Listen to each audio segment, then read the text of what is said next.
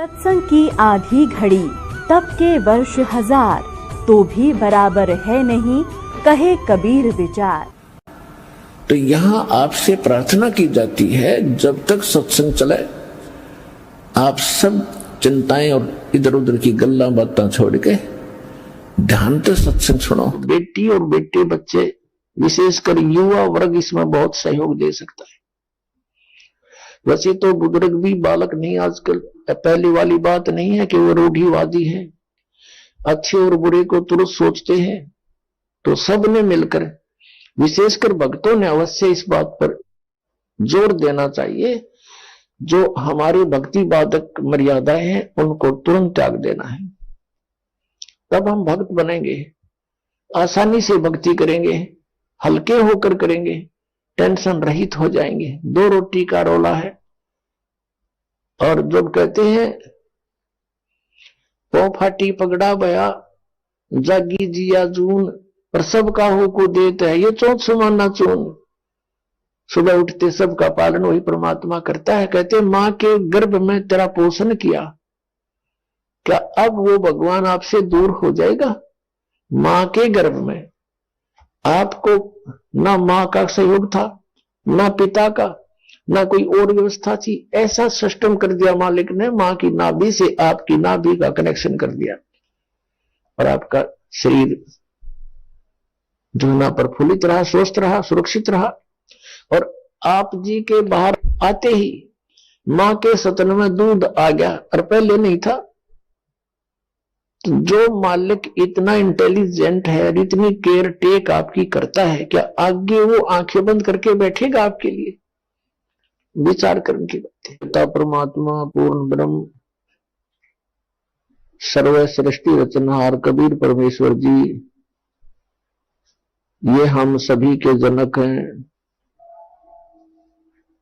ये हम सभी आत्माओं के पिता हैं, उत्पत्ति करता है।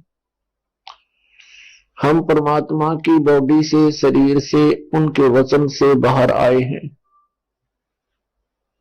हंस रूप में हम बाहर उत्पन्न हुए, फिर हम काल के साथ यहां आ गए गलती से, तो हम यहां जीव बन गए। अपने आत्मा हंस आत्मा अर्थात आत्मा और जीव में क्या अंतर है? जैसे स्वांगी स्वांग करते हैं और अपनी वेशभूषा पुरुष होते हुए भी स्त्री की पहन करके वो स्त्री जैसे ही लगते हैं, उसको उतार दिया जाता है तो फिर वही के वही रह जाते हैं, ऊपर की ड्रेस निकाल दी जाए। आत्मा के ऊपर ये जीव की ड्रेस लग गई तो ये जीव बन गया। इस जीव के ऊपर फिर बहुत से आवरण और डाल दिए, अन्य इसके ऊपर के और कपड़े पहना दिए। ये जब तक इन कपड़ों के अंदर है तब तक ये भिन्न भिन्न प्रकार के रूपों में रहता है, जीव कहलाता है। और ये जब सभी इसके ऊपर से ये स्वांग वस्त्र उतर जाते हैं तो फिर ये आत्मा ही रह जाता है। परमात्मा बताते हैं कि मेरे हंसा भाई, हंस रूप था जब तू आया, अपना स्वरूप अब भूल में भूला था जीव कहाया। अब हमने फिर से इन सभी स्वांग को त्याग कर उसी सतिथि में पहुंचना है, हंस आत्मा की सतिथि में। जब तक हम जीव हैं, हमारे अंदर जितने ये आवरण चढ़े हुए हैं, इनके कारण हम अच्छी तरह अपने आप को नहीं समझ पाते। हमारे अंदर बहुत से विकार विद्यमान रहते हैं। परमात्मा ने आकर के हमें ये जानकारी दी है कि तुम यहां काल के लोक में रह रहे हो और इस स्थान पर तुम कभी सुखी नहीं हो सकते। प्रत्येक प्राणी सुख की खोज में है, उन्होंने सुख को कौन से दृष्टिकोण से तोड़ रखा है। अब जिसके पास संतान नहीं है वो सोचता है मेरा संतान हो जाए मैं सुखी हो जाऊंगा। जिसके आंखें नहीं है वो ये सोचता है भगवान मुझे आंखें दे मैं सुखी हो जाऊंगा। निर्धन ये सोचता है कि मेरे पास धन हो मैं सुखी हो जाऊंगा। रोगी ये सोचता है मैं रोग मुक्त हो जाऊं मैं सुखी हो जाऊंगा। पुण्यात्मा ब्लाइंड मैन इन आंखों वालों से पूछ ले कि वो कितने सुखी है। जिनके संतान नहीं है वो संतान वालों से पूछ ले वो कितने सुखी है। धनवानों से पूछ ले निर्धन के वो कितने सुखी है। और धनवान सोचते हैं राजा लोग सुखी हैं क्योंकि इनकी कमांड चलती है। इन राजाओं से पूछ लीजिए कोई सुखी नहीं। राजा लोग ये सोचते हैं सुख तो स्वर्ग में होता है। स्वर्ग के देवता सोचते हैं कि इंद्र को सुख होगा। इंद्र महादुखी उसकी हिस्ट्री पढ़कर देखो इतिहास में पुराणों में। इंद्र सोचता है कि ब्रह्मा विष्णु सुखी होंगे। ब्रह्मा विष्णु महेश की जीवनी देख लो कितने सुखी है। देवी पुराण के अंदर ब्रह्मा जी पूछते हैं विष्णु जी से कि आप देवेश्वर हो। ब्रह्मा की सोच से वो विष्णु जी को सर्वेश्वर मान रहा है और कह रहा है कि आप किसका ध्यान लगाए बैठे हो समाधि लगाते हो। विष्णु जी कहते हैं कि मैं अधिकतर समाधि में रहता हूं तप करता हूं और फिर राक्षसों के साथ युद्ध करता हूं उनको मारता हूं जो दुखदाई तत्व है। कुछ थोड़ा बहुत समय मिलता है तो लक्ष्मी के साथ सुखपूर्वक व्यतीत कर पाता हूं। अन्यथा मैं कभी तप करके अपने शरीर से कष्ट दे करके हठ योग करता हूं बैटरी चार्ज करता अपनी और सिद्धि प्राप्त करके फिर उन राक्षसों को मारता है अपने पाप इकट्ठे करता है। देखो पुण्यात्माओं विष्णु सुखी नहीं। ब्रह्मा और शिव एक कैटेगरी के समझो। शिव जी सुखी नहीं। जैसे एक समय भस्मागिरी तपस्या कर रहा था शिव जी का उपासक शिव जी से भस्म कंडा मांग लिया उसी के पीछे पड़ दिया कि मारूंगा तुझे पार्वती को पत्नी बनाऊंगा। तो शिव जी कहां सुखी। परमात्मा कहते हैं तन दर सुखिया कोई नहीं देखा और जो देखा सो दुखिया हो। उदय अस्त की बात करे मैंने सबका किया विवेका हो। घाटे बाद सब जग दुखिया के गृहस्थी बैरागी हो और सुखदेव ने दुख के डर से गर्भ से माया त्यागी हो। जंगम दुखिया योगी दुखिया तपस्वी को दुख दूना हो। आशा तृष्णा सब में व्यापै कोई महल ना सुना हो। साच कहूं तो जग नहीं माने झूठ कही ना जाई हो। ये ब्रह्मा विष्णु शिव जी दुखिया जिन ये राह चलाई हो। सुरपति दुखिया भूपति दुखिया रंक दुखी वपरीति हो। कह कबीर और सब दुखिया एक संत सुखी मन जीती हो। यदि तुम यहां सुख खोज रहे हो वो आपकी भारी भूल है। परमात्मा ने अपने सच्चिदानंद गणब्रह्म की वाणी में कबीर वाणी में कहा है उसमें कुछ फार्मूले बताए हैं इस काल के लोक में जीने के लिए और आत्म कल्याण करवाने के लिए। इस फार्मूलों में से एक ये भी फार्मूला है कि ज्यों राखे त्यों ही रहूं हमरा क्या चारा और खाने जाद खरीद हूं गुलाम तुम्हारा। परम संत की खोज करके उस पूर्ण परमात्मा की भक्ति में लीन हो जाए और फिर परमात्मा से यही प्रार्थना करे कि जैसे आप रखो प्रभु अपने बच्चे को उसी तरह रखना। जो राखो तो ही रहूं जैसे राखोगे ऐसे ही रहूंगा मैं। और फिर कहते हैं राज्य क्रमता राम की रजा धरे जो शीस दास गरीब दरस परस तिस बैठे जगदीश। परमात्मा की रजा में राजी रहे, प्रसन्न रहे, जैसे भगवान फिर रखे। जैसे जब तक हम परमात्मा की शरण ग्रहण नहीं करते हैं, अपना जीवन जी रहे होते हैं, तो हम अपना प्रारब्ध ही भोग रहे होते हैं। उसमें दुख भी भयंकर आ सकते हैं और यहाँ के नकली सुख भी प्राप्त होते रह सकते हैं। कौन से सुख? जैसे पुत्र प्राप्ति, कोई व्यवसाय की स्थिति ठीक हो जानी, इस तरह के जो सुख हैं ये भी खूब मिल जाएंगे आपको। लेकिन इन सुखों का अस्तित्व कुछ नहीं है, ये आपके काम के नहीं है। आपके पास अरब संपत्ति होगी, अरबों की, अगले दिन आपकी मृत्यु होगी, वह संपत्ति आपकी कहां थी? आपके संतान है, पुत्र पुत्री है, पोते पोती होगे, दोता दोती होगे। आप मृत्यु के उपरांत पशु योनि प्राप्त कर गए, कुत्ते में घूम रहे हो, सैर सपट्टा करते उन गलियों के आगे से, आपको टूक भी ना डालने हुए। कहने का भाव ये है कि इस स्थिति को समझकर, यहाँ के सब इन कर्मों और आध्यात्मिक मार्ग को समझकर हमने अपने जीवन को एक सुचारू करना है।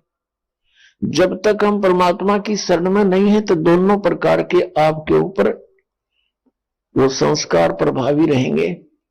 जब आप परमात्मा की शरण में परम संत के माध्यम से आ जाते हो, फिर आप अपनी मर्जी मत चलाओ।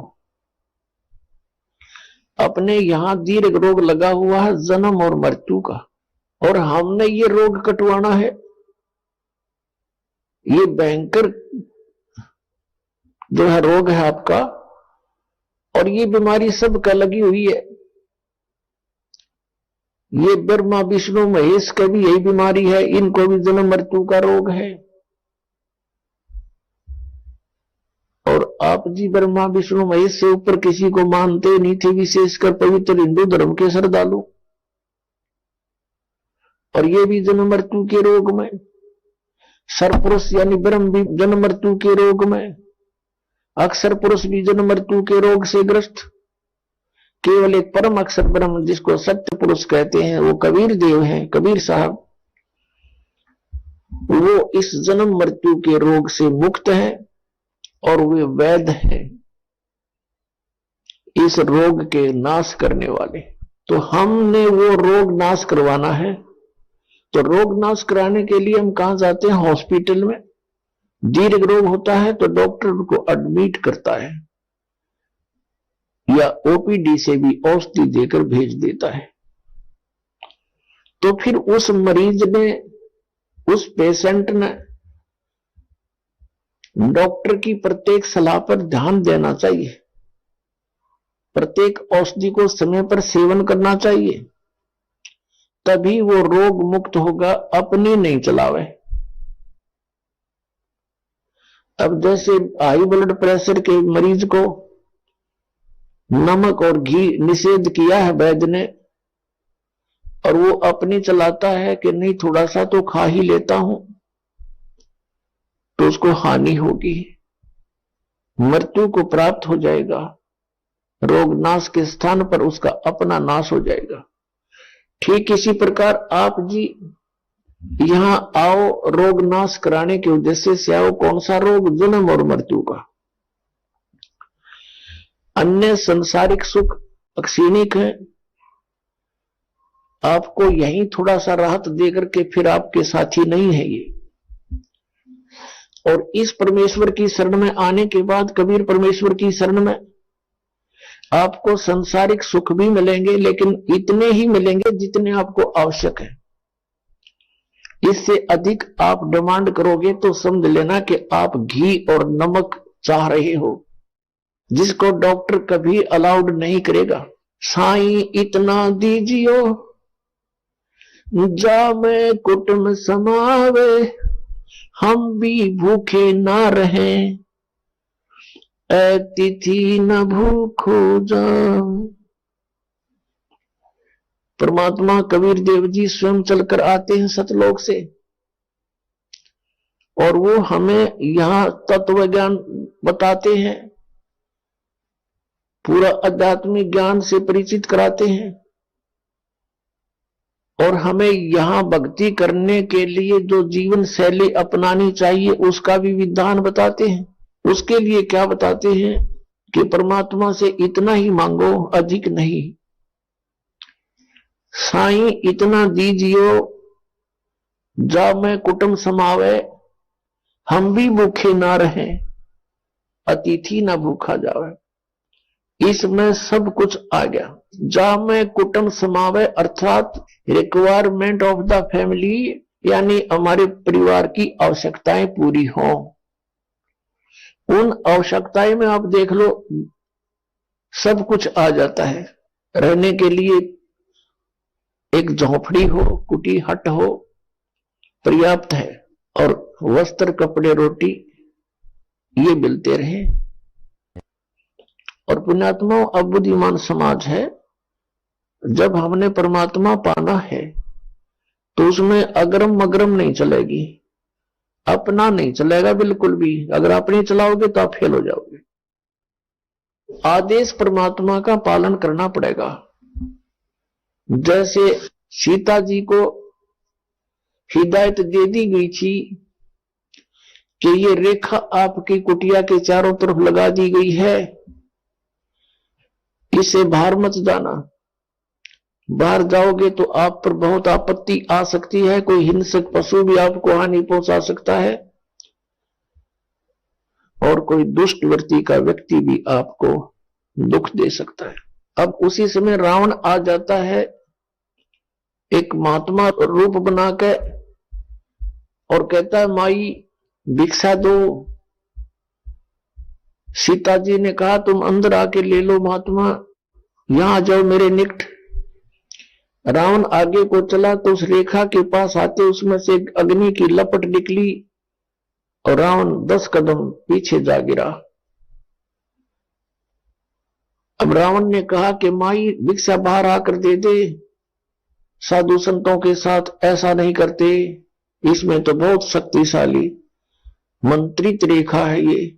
अब सीता ने सोचा था, वो जीव संज्ञा की सोच थी कि महात्मा खड़ा है क्या फर्क पड़ता है, अभी आटा देकर वापस आ जाती हूं।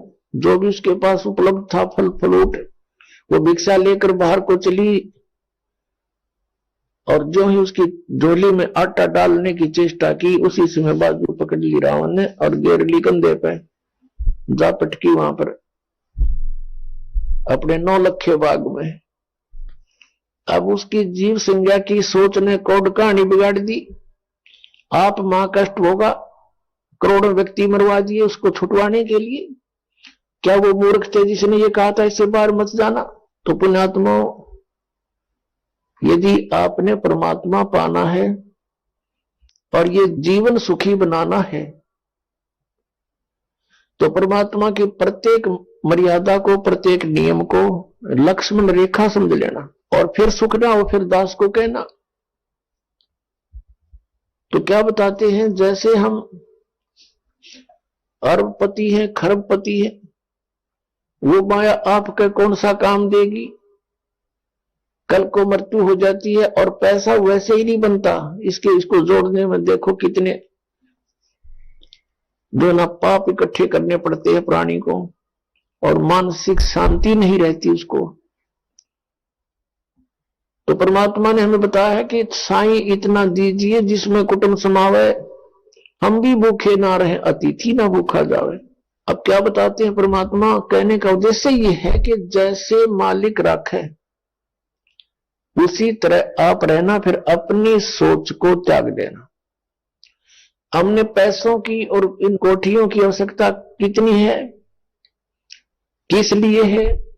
मकान बनाना इसलिए आवश्यक है, चाहे वो किसी टाइप का हो, झोपड़ी हो, कुटिया हो, कच्चे या पक्की छत हो, जैसी भी हो। उसका उपयोग कहां करते हैं, उसका प्रयोजन क्या है कि गर्मी सर्दी से हमारे शरीर की, बॉडी की रक्षा करे, और वर्षा आधी से भी बचाव बने, हमारे कपड़े गिल्ले ना हो, हम सुरक्षित बैठकर चैन से रात काट सके और भगवान को याद कर सके। और चाहे 10 कोठियां बना रखी हैं, एक कोठी में 10 कक्ष हैं, व्यक्ति एक कक्ष के और एक चारपाई पर 3x6 के इतना स्थान मुश्किल से ग्रहण करता है। और बाकी वह क्या है, वो बकवाद है, व्यर्थ है।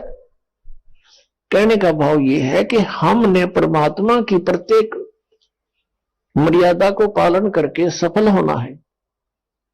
हम विवाह करते हैं बेटे और बेटियों का, कितनी बकवाद कर रखी है, कैर बना रखा है यू हमने अपने आप ही, अपनी बुद्धि से, जीव संज्ञा से। बच्चों का विवाह करना है, सिंपल वे से कर दो, ब्याह तो करना है, उनका संयोग जोड़ा जाड़ा परमात्मा का वही जुड़ता है, और उनका विवाह कर दो सिंपल वे से, समस्या हल हुई। इसी कारण से इन बेटियों को बोझ बना लिया जो गौ जैसा धन होता है। अब हमने इस तरह अपने इस पसरे हुए समाज की कुरीतियों को, रीतियों को भी ठीक करना है, तब हम हल्के होकर भक्ति कर सकेंगे। अब थोड़ा सा समय अवश्य लगेगा, लेकिन बुद्धिमान समाज को स्वीकारना पड़ेगा। अब जैसे किसी भी कारण से कपड़ों का आदान प्रदान करते हैं, लोग दिखावा है, वो ड्रामा है। किसी के पुत्र प्राप्ति होती है, उसके लिए झुगले ले चलेंगे, माता बहन वीर, बुआ वीर, रिश्तेदार वीर को जान पहचान वाले वीर, उसका 50 कपड़े दे रहे हैं, और पैरा को 10 साल फिर वो बड़ा हो जाए, वो व्यर्थ हो जाए, व्हाट इज यूज। तो इस तरह की जो बातें हैं, जो परंपरा पड़ी हुई है, उसको भी हमने सेट करना होगा, और तभी हम सुखी होंगे। कोई त्योहार मनाते हैं, उसके ऊपर बहन को देकर आते हैं 100-200 रुपए का, और किराया ला देते हैं 400 रुपए। अब उस बहन को क्या उन 200 रुपए के आइटम आप लेकर गए, वो वहां उपलब्ध नहीं थे? और बहन जब इस मार्ग से परिचित होगी, वो बिल्कुल ग्रहण नहीं करेगी आपसे कुछ भी, क्योंकि वो उसके ऊपर भार बनता चला जाएगा, और फिर एक संस्कार बनता चला जाएगा। ये संस्कार हमें फिर यही पटक देता उठा करके। अब प्रसंग चल रहा है कि तन धर सुखिया कोई नहीं देखा, और जो देखा सो दुखिया हो। उदय अस्त की बात करे, मैंने सबका किया विवेका हो। कहते हैं घाटे बाद सब जग दुखिया, क्या गृहस्थी बैरागी हो। गृहस्थी तो लाभ हानि में वही दुखी, क्योंकि लाभ हो गया तो फिर सोच चिंता उसको, इसको कहां लगाऊं। लाभ हो गया जैसे 20,000 रुपए का, और आगे काम करना चाहता है, वो 1 लाख में शुरू होगा। 80,000 रुपए कर्जा ले लिया, काम ठीक चला नहीं, सरदर्द हो गया, उस लाभ से फिर हानि होगी। वो चिंता, लाभ हुआ जब चिंता किसको कहां सेट करूं, अब हानि तो आपे चिंता का विषय है। घाटे बाद है, यानी हानि लाभ से सब जग दुखिया, के गृहस्थी बैरागी हो। जैसे घर त्याग कर जंगल में जा बैठा, वन में बैराग ले लिया, और वहां जाके क्या होगा, जाती भूख लगेगी, सर्दी है तो सर्दी दुखी करेगी, वर्षा आएगी, वर्षा, ओले आगे ओले टाट में लगेंगे। फिर उसके लिए उसने वहां सारा सांग जोड़ना पड़ेगा, कोई झोपड़ी भी डालेगा या कोई गुफा बनावेगा। भूख लगी रोटी मांगने के लिए गांव में आवेगा, बता सारा सांग जो का, तो फिर क्या फायदा वहां जाने का। परमात्मा कहते हैं डेरे डंडे खुश रहो, और खुश रह नहीं मोक्ष। दुर्प्रहलाद पार हो गए, फिर डेरे में के दोष। और जो जंगल में चले जाते हैं वन में, वो केवल मात्र ड्रामा कर रहे हैं, क्योंकि उनकी साधना शास्त्र विरुद्ध है, उनको ज्ञान नहीं। और उनकी देखकर उस ऊट पटांग सी साधना को रहने के करने को हम उससे प्रभावित होकर के मान लेते हैं कि तो बड़ा महान आत्मा है। परमात्मा बताते हैं अपनी अमृतवाणी में, केले की कोपीन है जो फूल पान फल खाही, और नरक का मुख नहीं देखते जो बस्ती निकट ना जाही। वो जंगल के रोज हैं, और मनुष्यों विद के जाही, निस्दिन फिर उजाड़ में भगवान मिले नाही। एक व्यक्ति बता रहा था कि मैं इधर चला गया ऋषिकेश साइड में, वहां कुछ व्यक्ति बैठे थे, 30-40 वर्ष पहले की बात है।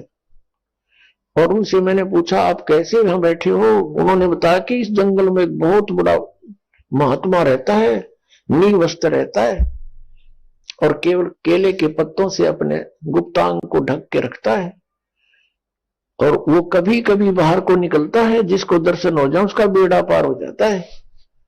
हम देख रहे हैं कि शायद आ जावे।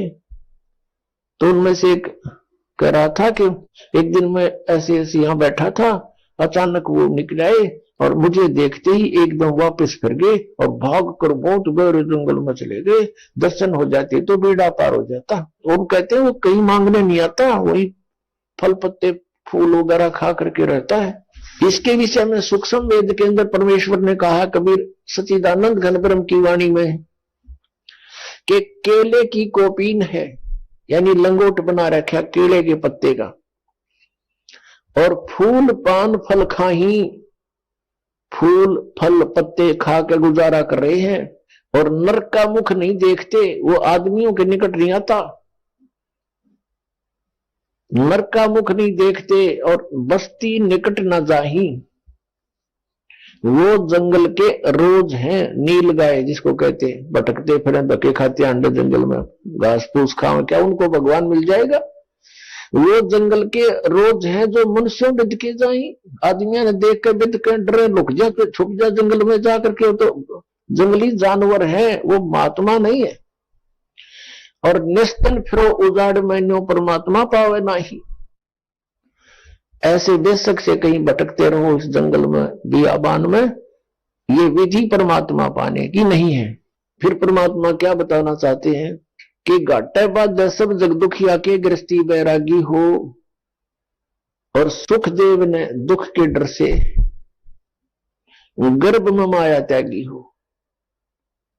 सुखदेव जी को पता चला मां के गर्भ में, क्योंकि इस प्राणी को वहां याद रहता है कि तू कितनी बार कितने कष्ट उठा चुका है, कितनी बार तेरी पशु योनिया और अन्य प्राणियों की योनिया प्राप्त हो चुकी है तुझे। फिर ये कहता है, वहां रोता रहता है क्योंकि वहां घोर कष्ट होता है इसको, और कहता है भगवान अब के मेरा शरीर ठीक ठाक बाहर निकल जाए, आपको आजीवन याद करूंगा, कोई बकवाद नहीं करूंगा। अब मुझे सब याद है कि मैंने पिछले जन्म कितने खराब कर दिए। बाहर आते ही फिर इसके ऊपर ये तीनों गुण, रजगुण ब्रह्मा, सतगुण विष्णु, तमगुण शिव जी का एक एक इंजेक्शन लग जाता है तुरंत, और फिर ये अचेत हो जाता है। इसको नए सिरे से पढ़ाई कराई जाती है, तेरा चाचा या तेरी चाची, ये ताऊ, ये मामा, ये फूफा माँ, और ये भाई बहन पिता, इसको कुछ नहीं याद में कहा था, गुग्गू बना दिया जाता है ये। फिर परमात्मा आते हैं इसको चेताने के लिए, इस बोली आत्मा को, तू कहां फंसा पड़ा है, इस झूठे सुख को सुख कहे तू मान रहा मनमोद, ये सकल चबीना काल का कुछ मुख में कुछ बोध। फिर बताते हैं कि जंगम दुखिया योगी दुखिया तपस्वी को दुख दूना हो, आशा तृष्णा सबको व्यापे, कोई महल ना सुना हो। इच्छाएं सबके अंदर विद्यमान है, चाहे कोई गृहस्थी है चाहे बैरागी है, और जब तक ये अननेसेसरी रिक्वायरमेंट आपके हृदय में धरी रहेंगी, अनावश्यक इच्छाएं जो तुम करते रहते हो यहां की बगैर ज्ञान के, तो सुख नहीं, शांति नहीं, मोक्ष नहीं हो सकता। फिर बताया है कि साच कहूं तो जग नहीं माने, और झूठ कही ना जाई हो, ये ब्रह्मा विष्णु शिव जी दुखिया जिन ये राह चलाई हो। फिर बताया कि सुरपति दुखिया भूपति दुखिया, भूपति माने पूरी पृथ्वी का शासक, और सुरपति माने देवताओं का मालिक यानी इंद्र। सुरपति दुखिया भूपति दुखिया, रंक दुखी बपरीति हो।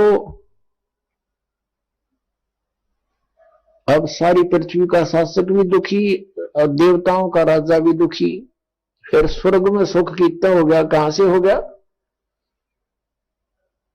फिर क्या इसका निष्कर्ष निकाल रहे हैं परमात्मा के, कहे कबीर और सब दुखिया, एक संत सुखी मन जीती हो। अब मन जीती संत कौन होगा? जो गुरु की मर्यादा में रहता है वो मन जीती। वैसे मन पर काबू नहीं हो सकता, और परम पिता परमात्मा पूर्ण ब्रह्म की शरण में आने से, गुरु मर्यादा में रहने से इस मन पर विजय पाई जाती है।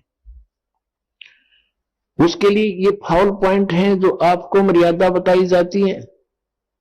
तो पुण्यात्माओं, जैसे बच्चा गेम खेलता है, खेल खेलता है, उसके लिए कुछ पॉइंट होते हैं, उनको डिस्टर्ब होने से वो फाउल हो जाता है, और फाउल होते ही उसको उस गेम से बाहर निकाल दिया जाता है, तो उसका वो गेम उसके हाथ से निकल गया। तो इसी प्रकार आप जी परमात्मा के इस गेम में, इस गेम के प्लेयर हो, इस खेल के खिलाड़ी हो, आप जी ने सभी ने मर्यादा में रहना है, कहीं फाउल ना हो जाऊं। तो इस प्रकार हम इस डर से जो गुरु मर्यादा में रहेंगे तो हमने मन जीत लिया। आप देखोगे आपके साथ में पड़ोस में विवाह हो रहा है बेटा या बेटी का, और वो पूरा उद्मस्ता रहेंगे, डीजे लावेंगे, नाचे कूदेंगे, 100 फंड करेंगे, कोई कार देगा, कोई कोठी देगा अपनी बेटी बेटियां ने, या कोई दहेज मांगेगा। तो आपको अगर ये माल्य की वाणी और ये ज्ञान याद रहेगा तो आप हंसोगे उनकी मूर्खता पर। कहते हैं ना जाने काल की कर डारे, किस विध ढल जा पासावे, पर जिना ते सरते मौत खुड़क दी उन्होंने केड़ा हंसावे। यहाँ क्या पे खुशी मनावे। एक बहुत बड़ा अधिकारी था, रिटायर होने से पहले उसने अपनी पुत्री का विवाह करना सोचा कि अब मुझे सारे मेरे अंतर्गत जितने अधिकारी हैं सभी कोई ना कोई गिफ्ट देगा मेरी बेटी को। रिटायर होने से 6 महीने पहले उसने अपनी बेटी का विवाह किया। जिस विभाग का वो प्रधान था उस विभाग के बड़े बड़े अधिकारी, कोई 20,000 रुपये दान दे रहा है, कोई सोने की अंगूठी दे रहा है, नरे दान दुआ दिए बेटी ताई। आप रिटायर हो गया, विवाह के 8-9 महीने के बाद वो बेटी विधवा होगी, मृत्यु होगी उसके पति की। अपने आत्माओं जो उसने अपने जीवन में बताया था वो सारा ला दिया ब्याह में। वह बेटी पति मर गया, वह दोबारा ब्याहनी पड़ेगी, बालक कोई था नहीं। अब दोबारा ब्याहने में पहले जब इस प्रकार के ड्रामा करके हम अपने पैर पर कुहाड़ा मार चुके हैं, प्रथम बार विवाह में इतना खर्चा, और दोबारा ब्याह तो उसको दुगना लाना पड़ेगा किसी के पल्ला लगाने के लिए, ये सोचकर उसका हार्ट अटैक हो गया। अब देखो कहां तक रोग इकट्ठा कर गया वो। आप गधा बनेगा, पशु बनेगा, सबका पाई पाई का हिसाब करना पड़ेगा उसको। और उधर से अपनी बेटी पर भार बनवा दिया उनके अधिकारियों के चढ़ावा चढ़वा के। अब वह उनके पूरे करेगी जब कभी किसी पशु नियम जाके। ये ऐसे संस्कार जोड़ दिए हमारे इस काल में, जुड़वा दिए। और इस तरह ये कभी हल्के नहीं हो सकते, बढ़ते जा रहे हैं तो रोग की तरह। तो बेटी और बेटे बच्चे, विशेषकर युवा वर्ग इसमें बहुत सहयोग दे सकता है। वैसे तो बुजुर्ग भी बालक नहीं, आजकल पहली वाली बात नहीं है कि वो रूढ़िवादी है, अच्छे और बुरे को तुरंत सोचते हैं। तो सबने मिलकर, विशेषकर भक्तों ने अवश्य इस बात पर जोर देना चाहिए, जो हमारी भक्ति बाधक मर्यादाएं हैं उनको तुरंत त्याग देना है। तब हम भक्त बनेंगे, आसानी से भक्ति करेंगे, हल्के होकर करेंगे, टेंशन रहित हो जाएंगे। 2 रोटी का रोला है। और जब कहते हैं पौ फाटी पगड़ा बया, जागी जिया जून, पर सबका हो को देता है ये चौथ समाना चून। सुबह उठते सबका पालन वही परमात्मा करता है। कहते मां के गर्भ में तेरा पोषण किया, क्या अब वो भगवान आपसे दूर हो जाएगा? मां के गर्भ में आपको ना मां का सहयोग था, ना पिता का, ना कोई और व्यवस्था थी। ऐसा सिस्टम कर दिया मालिक ने, मां की नाभि से आपकी नाभि का कनेक्शन कर दिया, और आपका शरीर जो ना प्रफुल्लित रहा, स्वस्थ रहा, सुरक्षित रहा। और आप जी के बाहर आते ही मां के सतन में दूध आ गया, और पहले नहीं था। जो मालिक इतना इंटेलिजेंट है, इतनी केयर टेक आपकी करता है, क्या आगे वो आंखें बंद करके बैठेगा आपके लिए? विचार करने की बात है भाई। जो गुरु वचन पे डट गे, रकट गे फंद 84 के, कट गे फंद 84 के, रकट गे फंद 84 के। भाई जो गुरु बचन पे डट गे, रकट गे फंद 84 के। वस्तु मिली ठोर की ठोर, मिट गई मन पापी की दौड़।